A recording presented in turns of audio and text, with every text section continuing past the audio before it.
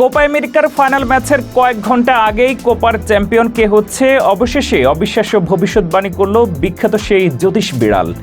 এবারের কোপা আমেরিকার ফাইনালিস্ট নির্ধারণ হয়ে গেছে, আর কিছুক্ষণ পরেই ফাইনালে মুখোমুখি হবে আর্জেন্টিনা ও কলম্বিয়া। এই টুর্নামেন্টে ফাইনালে ওঠার ফেভারিট ছিল আর্জেন্টিনা। লিওনেল মেসির টানা দুবার কোপা আমেরিকা জেতার থেকে মাত্র এক ম্যাচ দূরে।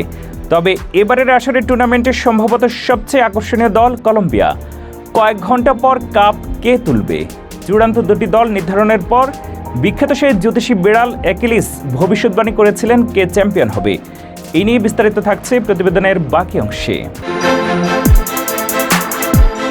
পুরো কোপা আমেরিকাতে আর্জেন্টিনা ছিল দুর্দান্ত। পুরো টুর্নামেন্টে দলটি মাত্র একটি গোল খেয়েছে, যা ছিল ইকুয়েডরের বিপক্ষে স্টপেজ টাইমে একটি সমতাসূচক গোল, যা কোয়ার্টার ফাইনাল টাই পেনাল্টিতে নিয়ে গিয়েছিল।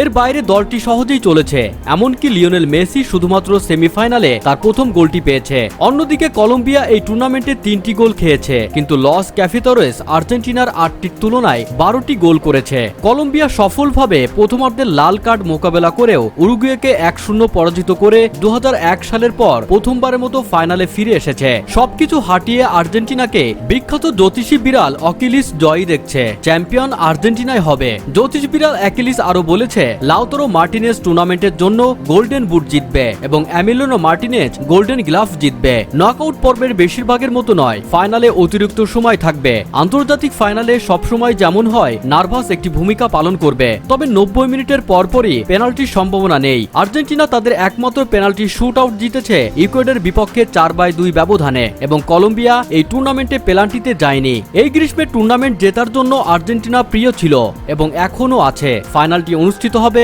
ভোর সকাল 6টায় ইটিএ হার্ড রক স্টেডিয়ামে, মিয়ামি, ফ্লোরিডায়। তবে সাম্প্রতিক সময়ে ফর্ম ভালো যাচ্ছে না মারিয়ার, যে কারণে প্রশ্ন উঠেছে প্রথম একাদশে তার থাকা নিয়ে। সবশেষ ম্যাচে মারিয়াকে 78 মিনিট খেলান স্কালোনি, কিন্তু পারফরম্যান্সের সেই ছাপ রাখতে পারেনি ডি মারিয়া।